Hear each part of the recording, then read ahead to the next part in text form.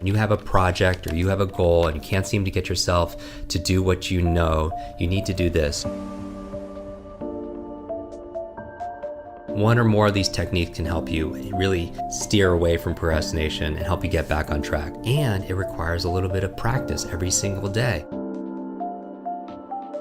How do you stop avoiding the things that you need to accomplish in your life? Can you all think about right now something that you know you need to do, something that's very important to your health, to your work, to your family, for yourself, but you keep on putting it off? Procrastination really is the practice of doing more pleasurable things in a place of less pleasurable things. And so you're putting off impending tasks to a later time. Procrastination can lead to feelings of guilt, inadequacy, depression, self-doubt. I mean, it robs you from the life that you desire and the life you really deserve. So in this episode, I'm going to share with you my 5 quick brain tips on how to beat procrastination. So number 1 tip on how to overcome procrastination. If you're such a great procrastinator, I recommend that you procrastinate about procrastinating, meaning that you put it off. Yes, the best way to overcome procrastination may be to put it off and delay your procrastination for another day. And that's kind of tongue-in-cheek, but if you are really good at the ability to put things off, then put off putting things off. Number 2 is start somewhere. All right, start somewhere. And this really employs the Zeigarnik effect, basically saying that once somebody starts something, they need to finish it in order to have closure, and they retain that information. So using this for procrastination, start somewhere, and if you start somewhere, you're more likely to complete. Number 3 is to break it down. Break it down. This is where you break down this project or your goal into bite-sized pieces, because one of the biggest challenges that keep you from doing the things that you need to do is sometimes you look at it like a really big monster, and it's so big and you don't even know where to start. And as the saying goes, the journey of 1,000 miles starts with 1 step. So you can do this with your workout. Instead of anticipating the entire workout, break it down. Tell yourself, I'm just going to put on my workout shoes and just get to the gym. This is employing a concept from B.J. Fogg, an amazing, brilliant man. He created this concept called tiny habits. So for example, if you can't get yourself in the habit of flossing your teeth, for example, which we know adds years to your life, he says just floss 1 tooth. Because who's going to floss just 1 tooth, right? You're going to obviously do the second and the third and the fourth, but this is breaking it down into tiny little steps because it's less intimidating than the big monster that you might have it in your mind that keeps you from doing what you need to do. And it requires a little bit of practice every single day. So I don't ask people just pick up a book and read it. I want them just to read 1 sentence, because I know they won't stop with 1 sentence. They'll go on the second sentence and the third and so on. And so the third step again is break it down.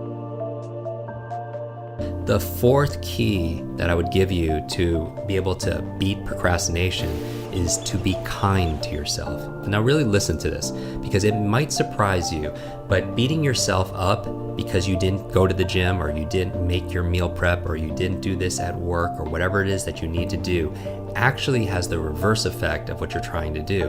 It actually, you would think that if you gave yourself some pain and some guilt, that you're more likely to change your behavior. But according to research, it actually says the exact opposite. That a lot of us beat ourselves up and because we miss something that's good for us, and research in the area of self-compassion tells us that if you're kind to yourself, if you're light with yourself, you're more likely to be able to commit and follow through. So don't give yourself a lot of grief about not being able to make it to the gym, for example. Tell yourself, I'm human. This happens to the best of us. I'm going through a lot, but I'm going to do it tomorrow. So be light with yourself and make a plan so that you get it done. And that's really the key. The 5th thing I would recommend to be able to overcome like this thing called procrastination is to schedule it. And this sounds like it's obvious and it's common sense, but again, it's not common practice. And finally, here's a bonus one. I wasn't going to add this, but number 6, I would say, is come up with your why. Come up with your why. One of my favorite books is by a friend of ours named Simon Sinek. You might be familiar with his TED Talk.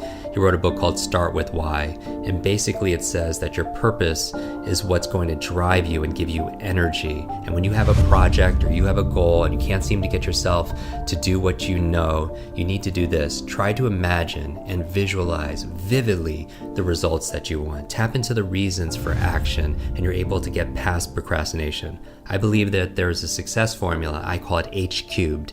It goes from your head to your heart to your hands. But here's the thing, you could visualize your goals in your head and affirm things in your head all day, but if you're not acting with your hands, usually what's missing is a second H called your heart. The heart represents emotion, the energy of motion. Make a list of the things that you'll get from doing this task that you're putting off. What will give you, and once you tap into that why, you're more likely to do it because you have fuel, you have momentum, and that's really the key.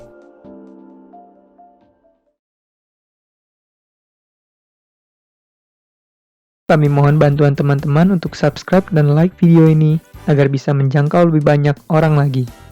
Setiap dukungan dari teman-teman sekalian akan sangat berarti buat kami. Selamat menikmati konten dari kami. Semoga bermanfaat.